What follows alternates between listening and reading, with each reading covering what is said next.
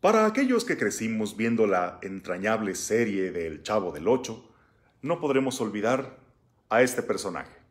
¿Ya saben quién es? Por supuesto, el señor Barriga, el dueño de la vecindad que puntualmente llegaba a cobrar la renta, que siempre, invariablemente, era recibido por un golpe de parte del Chavo del Ocho, además de que era víctima de las vagancias y travesuras de los niños, y que estaba siempre en la persecución de don Ramón, el más insolvente de sus inquilinos, que le debía 14 meses de renta y siempre encontraba alguna escapatoria para no pagarle. Algunos hubieran podido ver al señor Barriga como el villano de la serie, pero los que fuimos fieles seguidores de esta serie sabremos que no. El señor Barriga estaba lejos de ser un villano, para nada, porque a pesar de que era muy enojón y tenía buenas razones para hacerlo, era un hombre de gran corazón, un hombre muy, pero muy paciente, un hombre generoso, tenía dinero y sabía compartir y sabía compadecerse de los demás. ¿Y por qué traigo a colación al señor Barriga, al cual todos recordamos y que nos hizo reír todas las cosas que le hacían? Porque traigo a flor de piel el sentimiento de alguien muy especial para mí. Alguien de quien celebré sus funerales en estos días pasados y que me da pie a una reflexión que hoy quiero compartir con ustedes. Se trata precisamente del dueño del edificio de departamentos donde mi familia y yo vivimos desde que yo era un niño. Yo creo que 3/4 partes de mi vida hemos vivido allí. Llegamos ahí cuando la situación económica de la familia se volvió sumamente precaria. Y de tener una casa propia en buena zona, pues fuimos cada vez más descendiendo hasta llegar a un departamento modesto, pero digno.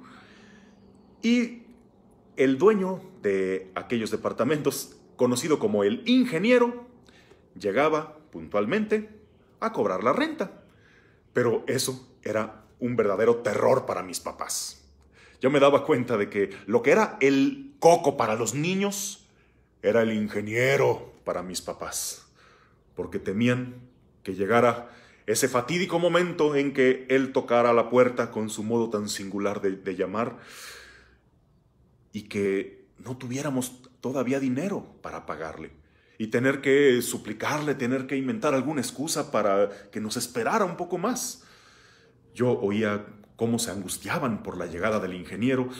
Entonces yo aprendí que el ingeniero era el señor malo, que si no le pagábamos, nos iba a echar de nuestra casa. Y tan mala estaba la situación que, bueno, no tanto como don Ramón, 14 meses, pero sí llegamos a deberle por lo menos 4 meses de renta.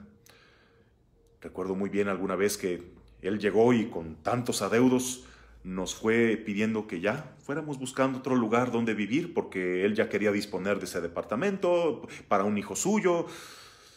Y yo me recuerdo siendo un niño, oyendo esa conversación detrás de la pared y escuchaba las súplicas de mi madre que trataba de convencerlo, así rogándole encarecidamente que nos esperara un poquito más. Y yo con corazón de niño elevaba una súplica a Dios diciéndole: Diosito, Diosito, por favor, que el señor malo no nos vaya a quitar nuestra casa, que el señor malo no nos quite nuestra casa. Crecí con esa concepción de que el ingeniero era el señor malo, pero tuve que volverme un adulto para entender que no, que el señor malo era un señor muy, pero muy bueno, con el que estaré siempre agradecido. Porque él no era el señor malo que nos iba a echar de nuestra casa. Era el señor bueno que nos permitía vivir en la casa de su propiedad a pesar de nuestra situación, a pesar de que ciertamente no representábamos un negocio para él. Alguien que no solo nos tuvo paciencia, nos tuvo misericordia cuando no podíamos pagarle, con decirles que hasta la fecha seguimos viviendo allí. Alguien tan bueno que cuando mi madre quedó sola, le tuvo mucha consideración de no cobrarle más que lo estrictamente necesario de renta. De modo que él no veía inquilinos, él no veía un negocio, él veía personas personas a quienes ayudar, personas con una situación concreta de la cual él se tentaba el corazón. Era alguien, sí, con un semblante severo, que tenía cara de enojado, pero era alguien capaz de sentir compasión, alguien que veía la necesidad de las personas, alguien a quien le debo tanto. Y miren lo que son las cosas. Quien para mí algún tiempo fue el Señor malo, hoy para mí es imagen de la misericordia de Dios.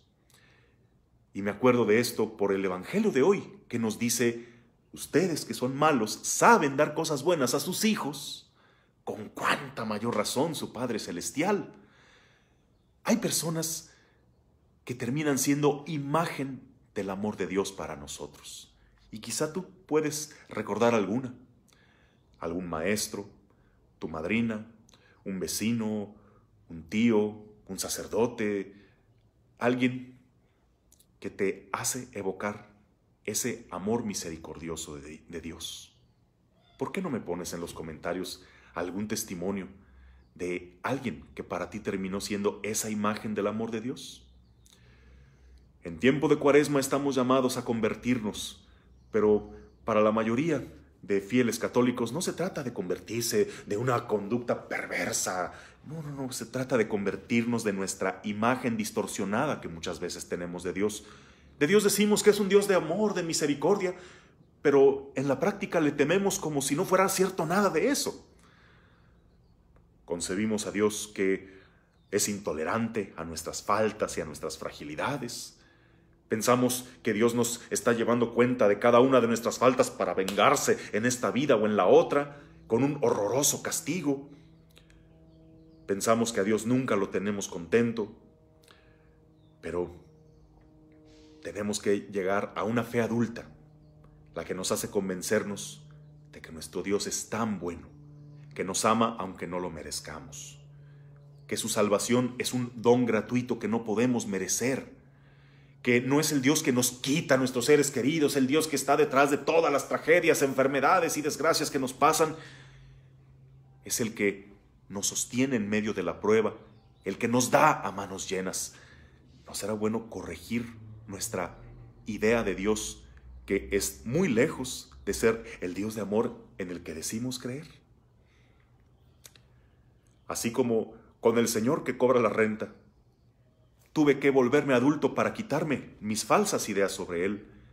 También puede que tú y yo tengamos una fe infantil que todavía teme a Dios más que confiar en Él y amarlo. Es tiempo de pasar a una fe adulta y que la Cuaresma sea nuestra ocasión para ello. Descanse en paz, ingeniero.